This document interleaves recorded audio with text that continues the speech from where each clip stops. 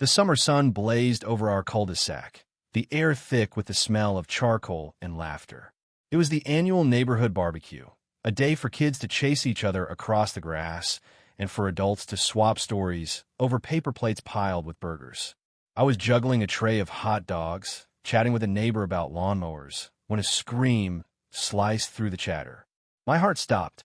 I knew that voice-of-me daughter, Lily, barely 9, her soft, timid tone now raw with terror.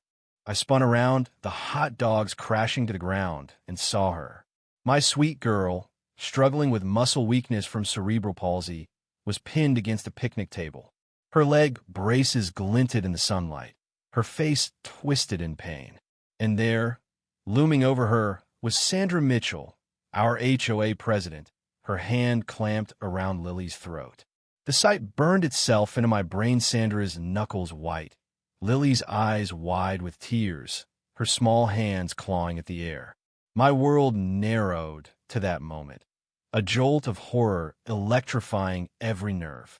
I'm a federal agent, trained to stay calm in chaos, but nothing prepares you for seeing your child choked in broad daylight. I sprinted across the lawn, VYing past stunned neighbors. Sandra was yelling, her voice shrill, something about keeping troublemakers away from the food. Trouble? Lily had just reached for a napkin. A napkin.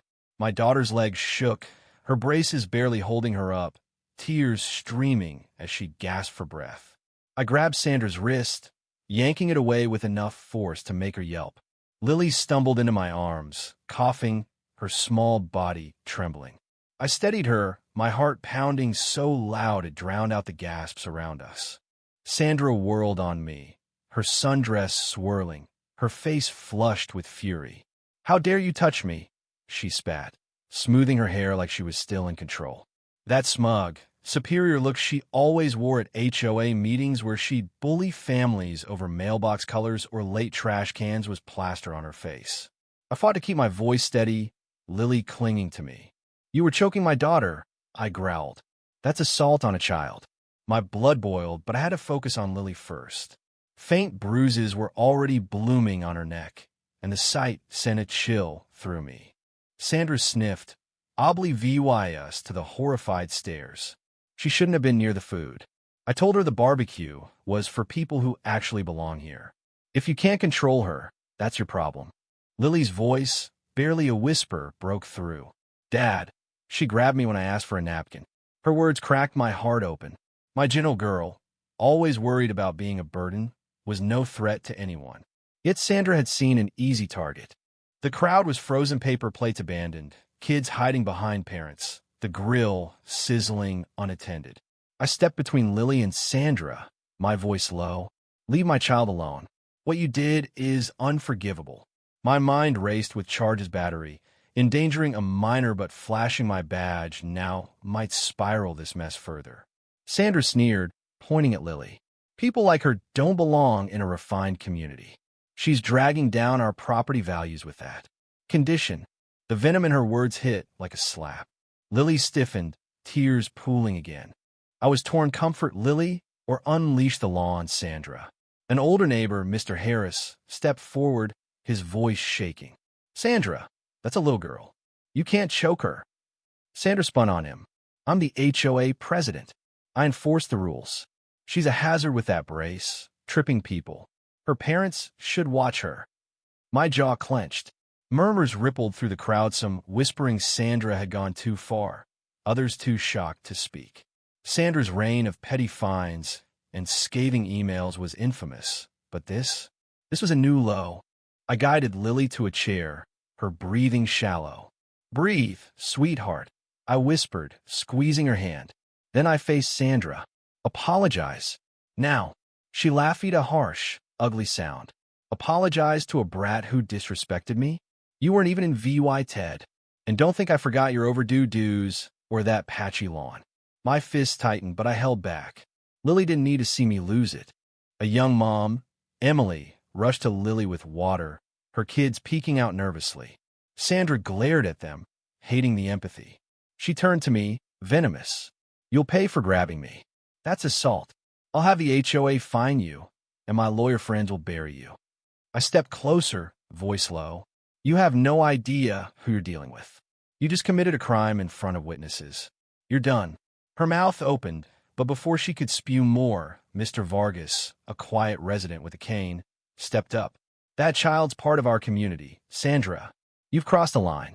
He looked at me. Should I call the police? My instinct screamed to handle this myself, but reason won. Yes, I said, loud enough for all to hear. Call them. Sandra rolled her eyes. What? You're some big-shot lawyer. Spare me. I placed a hand on Lily's shoulder, then stood tall. I'm a federal agent with Homeland Security, and I'm filing a complaint for assault on a minor with a disability. The crowd gasped. Sandra's face paled, her voice wavering. You're lying. Why would you live here? I pulled my badge from my jacket, flashing it just for her. Whispers spread like wildfire. Sandra laughed nervously. That doesn't scare me. I was protecting my guests. But the crowd's mood had shifted. Emily stood, glaring. You're despicable. She's a child. Even Sandra's usual allies looked horrified. Mr. Harris slipped away to call the police. Sandra's hands twisted, her bravado crumbling. I'll sue everyone who slanders me, she shrieked, but no one flinched. Sirens wailed in the distance. 2 officers arrived, their expressions hardening at Lily's tear-streaked face and bruised neck. We got a call about an assault on a minor, the older one said. Sandra jumped in. Officer, I'm the HOA president. This is a misunderstanding. Mr. Harris cut her off. She choked that girl. We all saw it. I nodded, badge still VY Seibel. I'm Logan Carter, the VY Tim's father. Sandra Mitchell attacked my daughter, Lily. I pointed to her bruises. The officer's face tightened. We'll need statements. Sandra ranted about community standards, but the officers weren't buying it. Neighbors lined up to confirm the assault. Lily clung to me, wincing as she spoke. I just wanted a napkin, she rasped. The crowd's disgust was palpable. The older officer approached Sandra. Ms. Mitchell, we have witness statements and VY Seibel injuries. You're under arrest for child abuse and battery. Sandra shrieked as handcuffs clicked. I'm the president. You can't do this. But the cruiser door slammed, silencing her. Lily whimpered. The sight of Sandra in cuffs both relied VY-ing and unsettling. I hug her tight. She can't hurt you now. The officer told us to come to the station later for a formal statement. As the cruiser drove off, the barbecue's festive air was gone. Neighbors offered ice packs and kind words, some apologizing for not stopping Sandra sooner. I thanked them, but my focus was Lily. At urgent care, a nurse confirmed Lily's bruises were superficial, no internal damage. My wife, Sarah, arrived, tears streaming as she saw the marks. How could she whispered, hugging Lily gently. Lily tried to smile, rasping, I'm okay, Mom, but her eyes said otherwise. I'm sorry, she whispered later, as if she'd caused this. My heart broke. You did nothing wrong, I said. Sandra's the one who's wrong. Back home, neighbors texted support, some sharing their own run-ins with Sandra's cruelty. We hosted a small gathering days later, showing Lily she was loved. Mr. Vargas brought cookies. Emily's kids gave Lily a card. Neighbors vowed to oust Sandra from the HOA. A week later, charges were filed assault and battery, with a hate crime enhancement for targeting Lily's disability.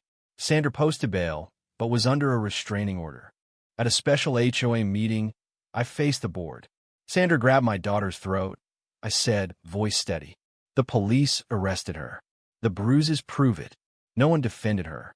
The board voted unanimously to strip her presidency. The room felt lighter, but the scars remained. Lily's nightmares lingered, her fear of Sandra haunting her sleep. We started therapy, hoping to rebuild her trust.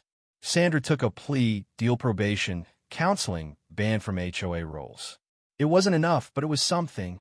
One night, as I tucked Lily in, she whispered, "Will someone like her hurt me again?" I kissed her forehead. I can't promise bad people won't try, but I'll always protect you. And our neighbors will too. She squeezed my hand.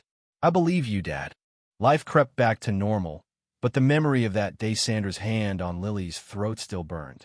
Our neighborhood was healing, but Lily's courage and our fight for justice would shape us forever.